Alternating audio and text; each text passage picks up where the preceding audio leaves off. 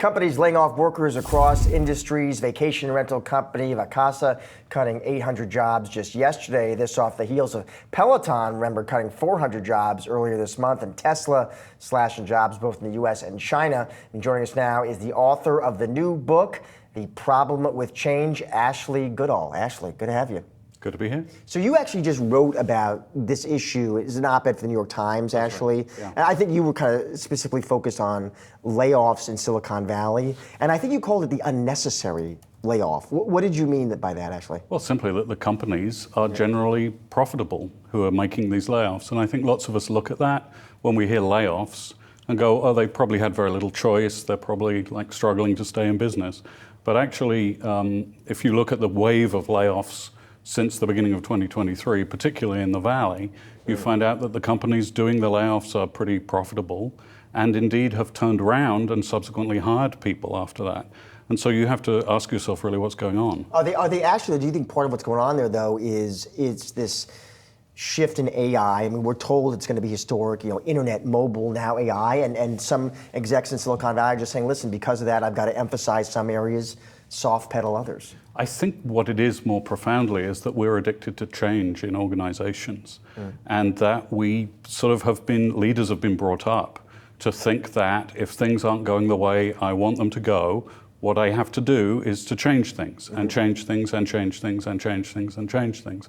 And what I'm talking about is how that makes it actually harder for people to do their jobs, and how it makes it harder for them to help and do their best work, and thereby get things sort of heading in a better direction. I like the way you put it in that op-ed. You said the idea of disruption has also metastasized into a sort of cult, which is exactly kind of what you're describing. Now, I think of, obviously Meta has done a lot of cuts, the other big tech companies, but we mentioned Tesla coming into this. And I think of Elon Musk most particularly with this kind of thing, both what he did at Twitter, now X, and now what he seems to be doing at his main job, Tesla.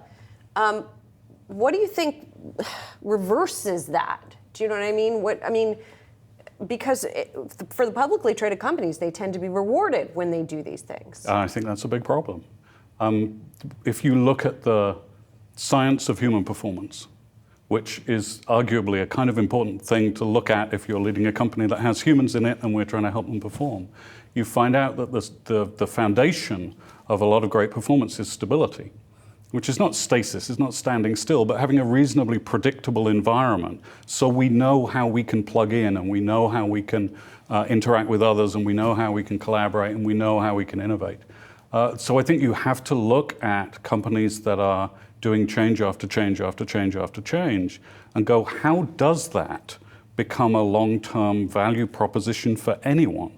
It's certainly very hard on the people on the front lines and leads to a lot of the disquiet that I think we see in the workforce at the moment. How much do you think, Ashley, it comes down to a leader comes in and he or she just thinks, listen, I got the big office, I got a big paycheck, got to make changes. I mean, that's what's expected, right? Yeah, I think there's a lot of that. Yeah. Because we all think, we think, well, I was sent here to do something. Right. I've got to therefore I can't do nothing, I've got to do something. I was sent here, so what should I do? Well, clearly I must change all the things that I see. It's a very rare leader who can come in and go, you know what, I'm going to focus on learning and I'm going to focus on understanding this place and understanding what makes it tick and understanding how the people here think about it. If you approach leadership from the perspective of your job is to help other people do their jobs, you might think like that. Yeah. But if you sort of feel coming in as though my job is to solve everything and my job is to be the answer to everything, then I think, again, you sort of tilt into disruption and change. Very quickly, are there examples of executives that you think have done it right, that have changed without that kind of upheaval? I think where I used to work in professional services, not public, private, the partners own the company, and you have a CEO election every 4 years, and then you stay the course.